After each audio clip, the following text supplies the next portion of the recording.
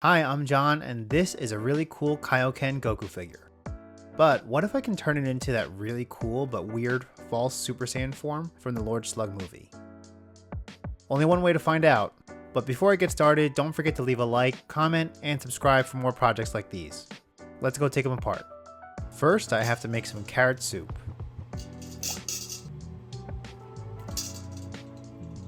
After letting it sit in boiled water for a while, and using a lot of elbow grease, I was able to separate the pieces. Time to put some crocodile clips on him, and it's prime time. I used Army Painter spray primers on the entire figure. I applied desert yellow primer on his clothing and hair,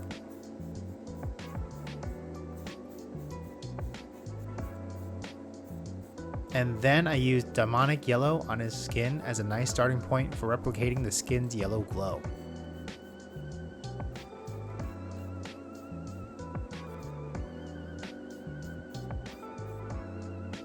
Alrighty, all done.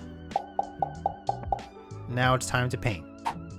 For the pants, I started with the base coat of clear orange and beastie browns for all the shadow tones.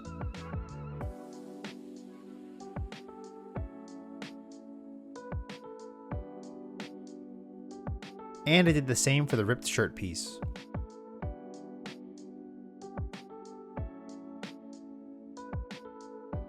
As a first layer of highlights, I dry brushed some pink to the areas I felt would be the highest raise areas of the pants. I learned from a comment on my Majin Vegeta video that underlayering yellows with pink can really make yellow pop, since yellow pigment is really thin and can be really tough to work with.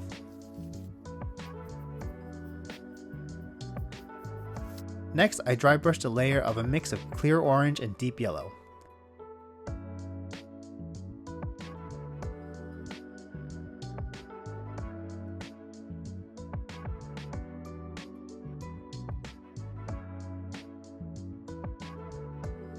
I also dry brushed this mix onto the ripped shirt piece, which I didn't apply any pink to as a way to compare the two methods, and the pink underlayer definitely makes a difference in terms of vibrancy. 2 thumbs up from me, and you'll definitely see this method more in future videos. For his belt, wristbands, and boots, I painted a base layer with a mix of black and flat brown.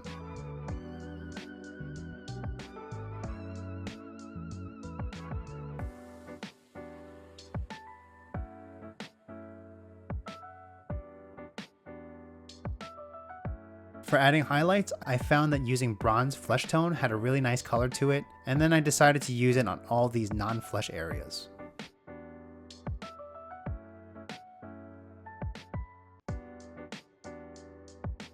To add some detail to the boots, I painted the lines with some lemon yellow, and the laces with some clear orange. Then I painted the soles of his boots with some yellow ochre. For his hair, I initially also did the same base layer and highlights I did for the boots, but after consulting my wife, she suggested that his hair was too dark and the highlights should be more orange, so I went ahead and repainted the entire hair with some flat brown, and then used some clear orange to add some highlights with the dry brush. And as always, she was right. Moving on to the main part of the project, I painted his entire body with the bronze flesh tone. While I like this bronze for the shadow tone for the figure, I must admit that I did undo all of the nice yellow glow from the primer. It was only after base coating the entire skin area, I realized why the yellow primer had such a vibrant glow. This Goku figure's original skin color was pink due to him being in Kaioken, which gave it that extra punch. And while it would take some work to get that punch back, I knew that I could get it done. Before adding highlights, I applied a base coat of a mixture of white and a drop of lemon yellow to his eyes and teeth, thinking that the yellow aura should affect his white eye color, and hope that after I finished shading everything, it wouldn't just look like he hasn't brushed his teeth. We'll see. The next step was to dry brush on a lighter shade of bronze flesh tone mixed with lemon yellow to create a gradient effect on his skin.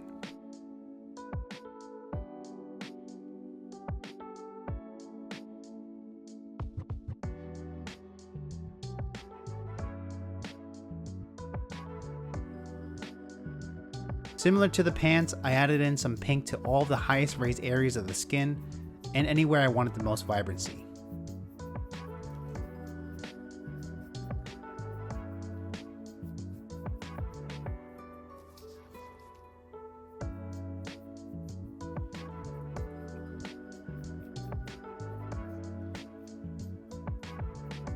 Next, I added a layer of sunny skin tone in lemon yellow.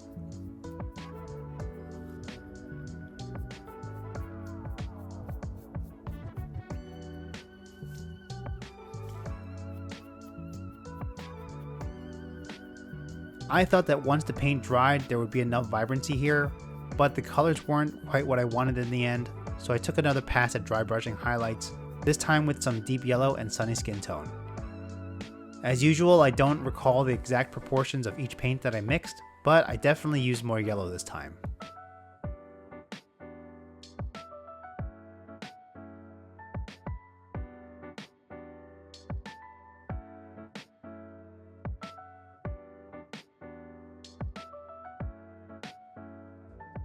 And with this tone, I think I nailed the look I was looking for.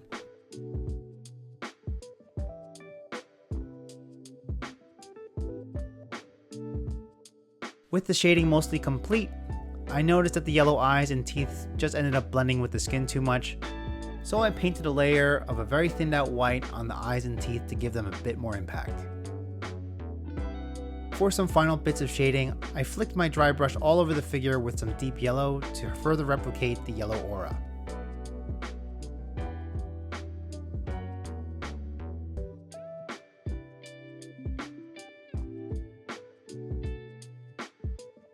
I also added in a bit of clear orange on his eyebrows to match the highlights on his hair. Moving on to my favorite part of any project, adding in some finer details with some panel liners. I used Tamiya brown panel liners on the outlines of his eyes, eyebrows, and the lines underneath his eyes. I also added it in underneath his chin and the wrinkles in his ears.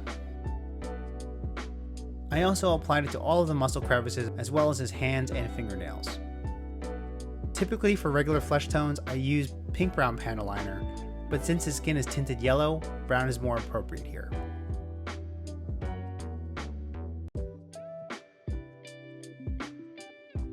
I also used brown panel liner on the laces of his boots. Finally, I used some dark brown panel liner to define the deepest folds of his pants.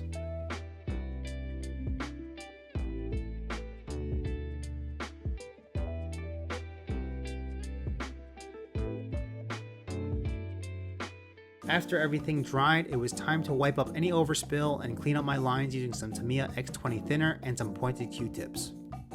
If you're interested in learning more about how to detail your figures with panel liners, I have a full tutorial video on how I use them. Check out that video on the top right to find out more.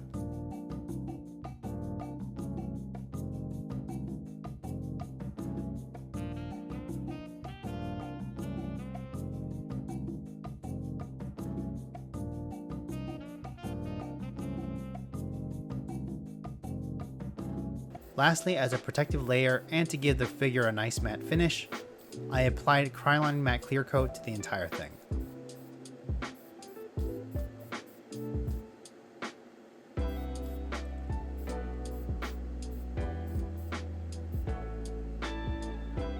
All that was left to do was to put him back together.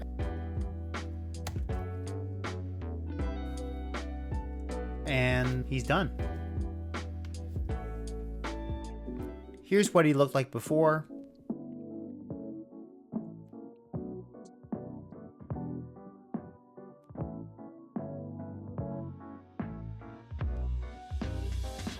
And here's the final result.